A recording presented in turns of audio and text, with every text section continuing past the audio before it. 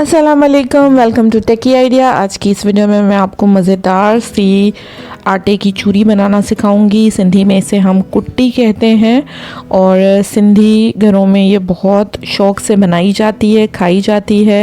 हिंदू मुस्लिम दोनों इसको बहुत शौक़ से बनाते हैं, खाते हैं। स्पेशली हमारे पास मुहर्रम में ये जो है लाजमन बनाई जाती है। बिल्कुल सिंपल सी रेसिपी है और ये बहुत मज़े की बनती है। इसको ज़रूर ट्राई करें।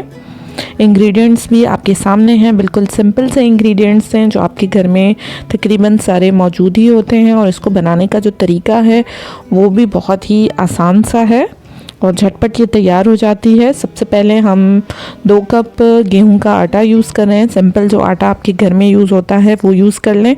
काफ़ी लोग थोड़ा सा मोटा पिसवाते हैं इस कुट्टी बनाने के लिए। 1 कप शुगर मैं यूज़ कर रही हूँ।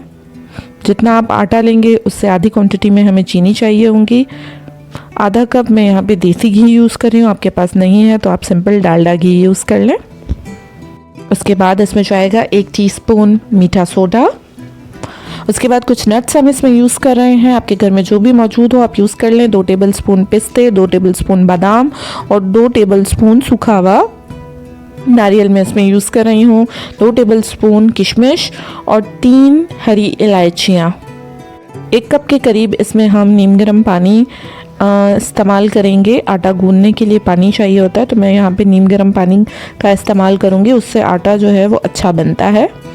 हमने सख्त आटा बनाना है, नरम आटा नहीं बनाना। आटा मैंने एक बड़े से बर्तन में डाल लिया है। अब इसमें 1/4 कप घी डालूंगी।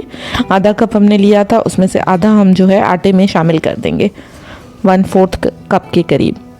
और साथ में इसमें जाएगा मीठा सोडा। अब हम इसको अच्छी तरह से हाथों से मिक्स कर लेंगे। बिल्कुल अच्छी तरह से आपने इसको मिक्स कर लेना है।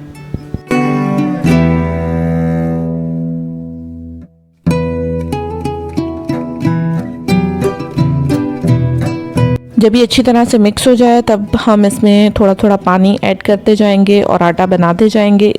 इस चीज़ का आपने ख्याल रखना है कि आटे को आपने नरम नहीं गूंदना है, बहुत हार्ड आटा हमें बनाना है, सख्त आटा हमने गूंदना है। रोटियों के लिए तो हम बहुत ही जो है नरम आटा बनाते हैं।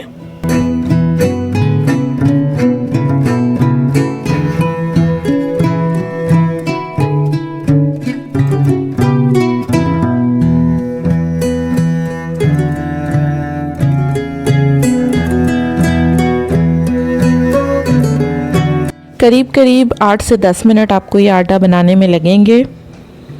आटा वैसे नहीं बनेगा जैसे रोटियों का बिल्कुल जो है फाइन सा आटा बन जाता है। उसका टेक्सचर ही दिखने में थोड़ा सा चेंज होता है। ये सख्त आटा है तो ये दिखने में इसी तरह से बनेगा।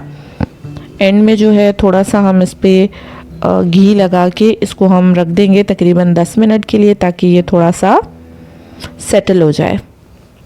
थोड़ा सा ही घी लगाना है आपने, 1 टीस्पून के करीब। और इसको 10 मिनट के लिए आपने छोड़ देना है। 10 मिनट बाद जो है हम अपनी जो है मोटी मोटी रोटियां बनाएंगे इससे। जी अब 10 मिनट हो चुके हैं। मैंने जो है आटे को, जो मैंने आपको क्वांटिटी बताई है उससे 3 रोटियां बनाऊंगी। मोटी मोटी रोटियां बनानी है इसलिए 3 ही बनेंगी इसमें से। इसको 3 पोर्शंस में डिवाइड करके रफली आपने रोटी बनानी है। रोटी को गोल बनाना और जो है कोई आपको ज़रूरत नहीं है वो चीज़ की, बस एक रफली आप इसको बेल के एक रोटी बना लें। मोटी सी रोटी हो, क्योंकि इसके लिए हमें मोटी रोटी ही बनानी है। आप चाहें तो रोटियां जो है बेलते रोटियों को सेकते जाएं, पकाते जाएं। मैंने एक साथ ही तीनों रोटियां बेल ली और उसके बाद मैंने इनको पकाया। इसको हम रखते जाएंगे और हम जो है दूसरी भी रोटी बेल लेंगे। उसके बाद हम तीसरी रोटी भी बेल लेंगे, ताकि एक ही साथ फिर हम तीनों को पका लें। आप चाहें तो एक एक को बेलते एक एक को पकाते जाएं।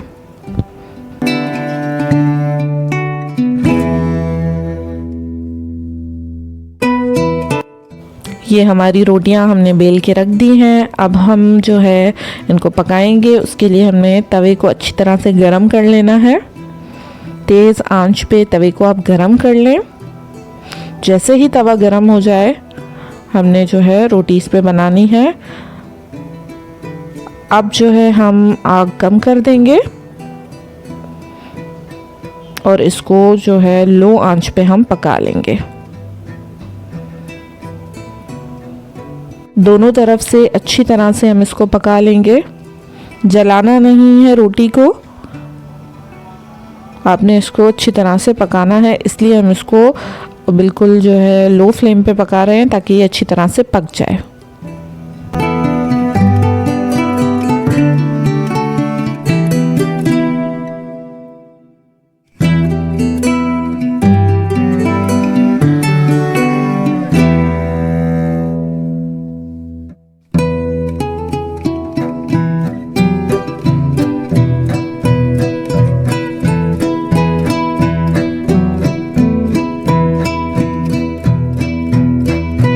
इसी तरह से हम बाकी की 2 रोटियां भी पका लेंगे।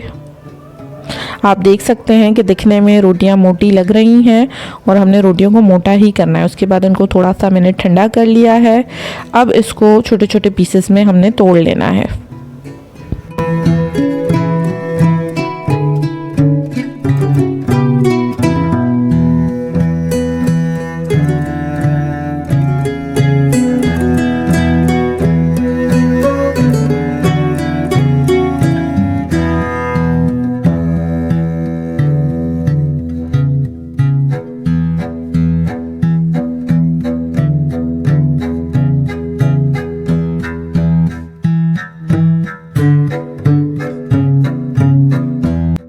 सारी रोटियां तोड़ने के बाद हम इसको चॉप कर लेंगे। अगर आपके पास बड़ा चॉपर होगा तो एक साथ ही सारी चॉप हो जाएंगी। मेरे पास थोड़ा सा छोटा चॉपर है, इसलिए मैं इसको 2 पोर्शंस में चॉप करूँगी। ये हमारा एक पोर्शन चॉप हो चुका है। इस तरह के टेक्सचर में, फॉर्म में आपने इसको लाना है। ये बिल्कुल चूरी बन चुकी है आटे की। अब जो हमारी बाकी रोटी के टुकड़े हैं उनको भी हम चॉप कर लेंगे।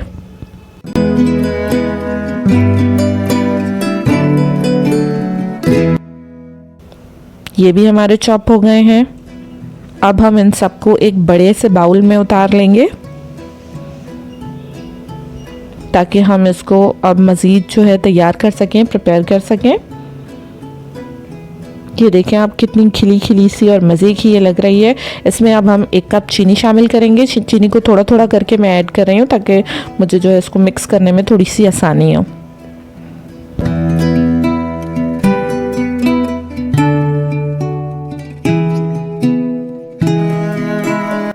चीनी शामिल करने के बाद मैंने तकरीबन 2 टेबलस्पून घी ले लिया है और उसमें जो हमारे नट्स हैं उनको मैं थोड़ा सा रोस्ट कर लूँगी।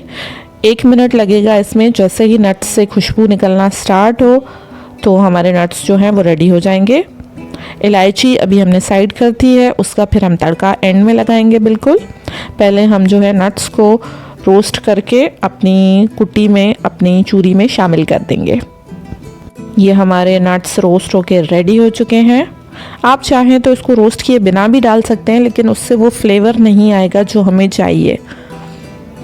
ये हमने इसमें ऐड कर दिए हैं। इसको हम अच्छी तरह से मिक्स कर लेंगे। बड़ी ही घी की धीमी धीमी सी खुशबू निकलेगी, बहुत ही मज़ेदार। आटे के साथ मिलके जो घी की खुशबू निकलती है, इसको हमने मिक्स कर लेना है अच्छी तरह से। और उसके बाद हमने जो है अपना आखिरी स्टेप करना है। आप देख सकते हैं कि कितनी सिंपल सी रेसिपी है। जो हमारा बचा हुआ घी है वो हमने पैन में डाल दिया है। सेम पैन जिसमें हमने अभी नट्स को रोस्ट किया, उसी में हमने घी डाल दिया है। और जो 3 इलायचियाँ हमने ली थी उनको हमने थोड़ा सा पका लेना है। एक तरह से इस चूरी का तड़का हम प्रिपेयर कर रहे हैं। 2 मिनट हम इसको कुक करेंगे। 2 मिनट बाद जैसे ही जो है इलायची पकना स्टार्ट हो, ये भी हमने चूरी में ऐड कर देना है। अच्छी तरह से जल्दी जल्दी आपने इसको मिक्स करना है। अच्छा, इसको सर्व करने का तरीका भी यही होता है कि आपने इसको गरम गरम ही सर्व करना है। इसको आप फ्रिज में स्टोर भी कर सकते हैं 10 से 15 दिन के लिए, लेकिन जब भी आप इसको सर्व करें उसको थोड़ा सा गरम करने के बाद ही सर्व करें। उम्मीद है मेरी वीडियो, मेरी रेसिपी आपको पसंद आई होगी। अगर पसंद आई है तो वीडियो को लाइक कर दें, हमारे चैनल टेकी आइडिया को सब्सक्राइब कर दें और अपने फ्रेंड्स के साथ शेयर करें। साथ ही साथ नीचे की नोटिफिकेशन बेल आइकन है, उसे भी प्रेस कर दें ताकि आने वाली सारी वीडियोज़ की नोटिफिकेशन आप तक पहुँच सके। हमारे इंस्टाग्राम और फेसबुक के पेज को भी लाइक कर दें, नीचे डिस्क्रिप्शन में आपको दोनों की लिंक मिल जाएगी। अगर कोई सवाल हो, कोई सजेशन देना चाहते हैं तो नीचे कमेंट सेक्शन में बता सकते हैं या पूछ सकते हैं, या फिर मुझे इंस्टाग्राम और फेसबुक पर डायरेक्ट मैसेज कर सकते हैं। Thank you for watching. Allah हाफिज़।